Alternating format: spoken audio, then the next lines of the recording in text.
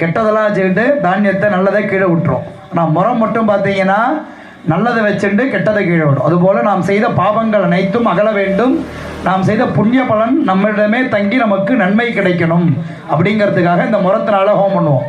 இந்த முறத்தினால நாளைக்கு இங்கு சொன்னது போல இந்த 13 தேவதைகள் 13 அத்தியாயத்திற்கும் 13 விதமான பூர்ணாகுதிகள் நடந்து நாளைய தினம் சிறப்பு வாய்ந்த ஒரு சண்டி ஹோமம் நடைபெற இருக்கிறது.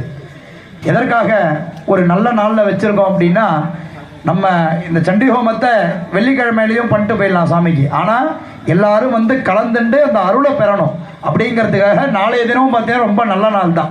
பூர நட்சத்திரம் காலைல சொன்னது போலவே அம்பாளுக்கு உரிய நட்சத்திரம் பூரம். பஞ்சமினாலே வாராகின்னு பேர். அப்போ அந்த பஞ்சமியுடன் கூடிய ஒரு நாளைக்கு பார்த்தீங்கன்னா ஆங்கில புத்தாண்டு. நாம் அதை கொண்டாட தேவையில்லை, நமக்கு தமிழ் புத்தாண்டு இருக்குது. இருந்தாலும் விடுமுறை நாளில் நமக்கு